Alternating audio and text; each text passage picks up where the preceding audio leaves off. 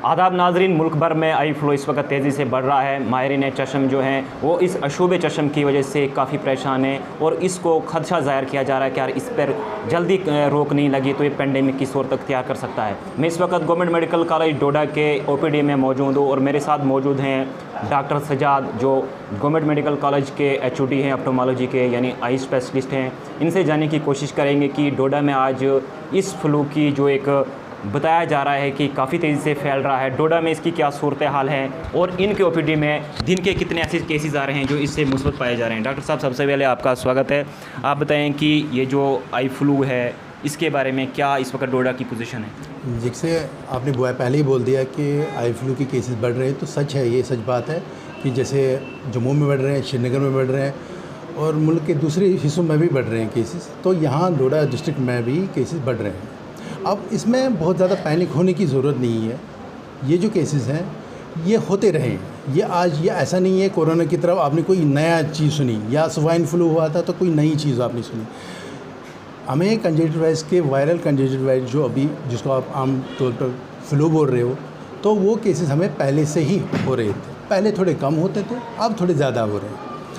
पहले इक्का दुक्का हम केसेस देखते थे, अब हम एग्जैजरेटेड केसेस देख रहे हैं। अब हम अपने डोडा डिस्ट्रिक्ट की जैसे बात करें तो हम जुलाई की बात करें तो जुलाई से स्टार्ट हो गए थे। जुलाई में हमें एक लगभग 10 केसेस अगर आ रहे थे OPD में, तो आज अगर हम 100 केसेस देख रहे हैं, 100 में से हमें लगभग 40 केसेस हमें कंजक्टिवाइटिस 40 से लेकर 50 के रेंज में हमें पेशेंट्स सब कंजक्टिवाइटिस के ही आ रहे हैं। बट आपको पैनिक होने की ज़रूरत नहीं है।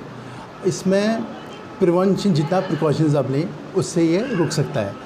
तो किसी सूरत में हमको डरने की ज़रूरत है। जब आपको आई साइट कम हो रही है तो आप अपने डॉक्टर को कंसल्ट कर सकते हैं, वो आपको दिखा देंगे। वैसे भी जब भी आपको रेड आई हो तो अपने डॉक्टर साहब से मिल लीजिए, वो आपको सिम्टम्स देख लेंगे कि क्या कुछ ज़्यादा कॉम्प्लिकेशंस तो नहीं हो रही हैं, तो अकॉर्डिंगली वो ट्रीट कर लेंगे। डॉक्टर साहब, इस वक्त जो लोग आपको देख रहे हैं, आप बताएं कि जिन लोगों को इसके बारे में भी अवेयरनेस है, तो इसकी बुनियादी सिम्टम्स क्या हैं, बुनियादी अलामात क्या हैं जिससे लोगों को पता लगे कि आप इस वायरस के शिकार हो चुके हैं। जी बिल्कुल।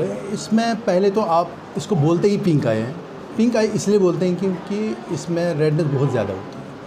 तो रेडनेस सबसे बड़ा सिम्टम है। आपको मैक्सिमम पेशेंट ये बोल के आते हैं इधर के हमें जी लाल आँखें हो रही है। उसके अलावा आपको वाटरिंग हो सकती है, बहुत ज़्यादा पानी आ रहा है आँखों से।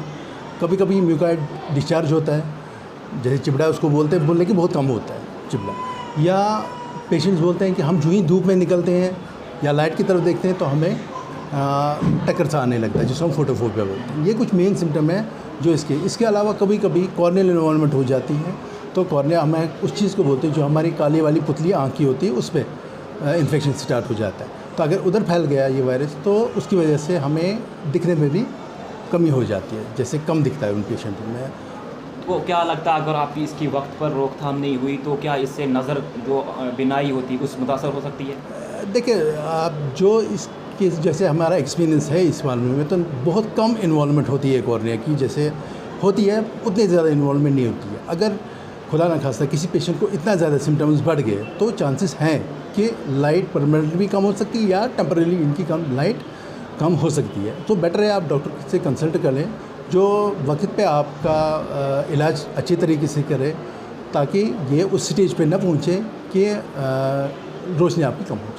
तो सर, इस आखिर में एक सवाल मेरा है कि इसकी एहतियाती तदाबीर क्या हैं, यानी SOPs क्या हैं जिससे हम इससे दूर हो सकते हैं और जल्दी रिकवरी कर सकते हैं। मेन प्रिवेंशन वही है जैसे हम कोरोना के टाइम पे करते थे। अपने इसमें जो मेन कॉन्टैक्ट जो इन्फेक्शन फैलने का जो खतरा है वो that is not air to air. जैसे आपके घर में कोई कंजक्टिवाइटिस का पेशेंट है तो इसको हम अलग थलग, जैसे कोरोना के टाइम पे कुछ अलग थलग बंद करके आइसोलेट करके, वैसा कुछ नहीं है, क्योंकि ये एयर टू एयर फैलता ही नहीं है। ये फैलता है eyes to fingers, fingers to फिर आई। ठीक है, तो अगर आँख को हाथ लग गया तो बेटर है कि आप अपना हाथ सैनिटाइज़र से साफ़ करें, सोप से साफ़ करें, अपना हाथ हैंडशेक थोड़ा कम करें।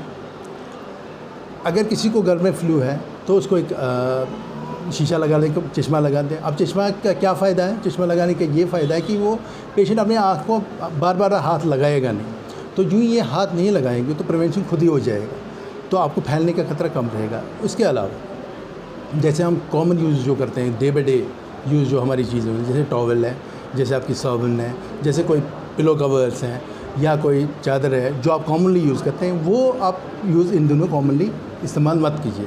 टॉवल अलग रखिए, अपनी साबुन अलग रखिए, अपने जो रोज़मर्रा की चीज़ें जो डेली यूज़ होते हैं वो उनको अलग रखिए। तो वो मेन चीज़ है जिससे आप इस चीज़ को प्रिवेंट कर सकते हैं। डॉक्टर साहब, आपका शुक्रिया, आपने हमारे अपना कीमती वक्त दिया और लोगों को ज़रूरी जानकारी दी जो मौजूदा हाल में बहुत ज़रूरी थी। नहीं, शुक्रिया। Thank you. तो ये थे आई स्पेशलिस्ट जिन्होंने बताया कि जो आई फ्लू है लोगों को डरने की ज़रूरत नहीं है। जो बुनियादी सिम्टम है अगर आपके पास वो आपके घर आप किसी भी अफराद खाना को ये 3 सिम्टम है तो ज़रूर डॉक्टर से कंसल्ट करें ताकि इस वायरस को यानी इस फ्लू को वक्त पर रोक कर उसको ख़त्म किया जा सके। बहुत बहुत शुक्रिया हमारे साथ जुड़ने के लिए।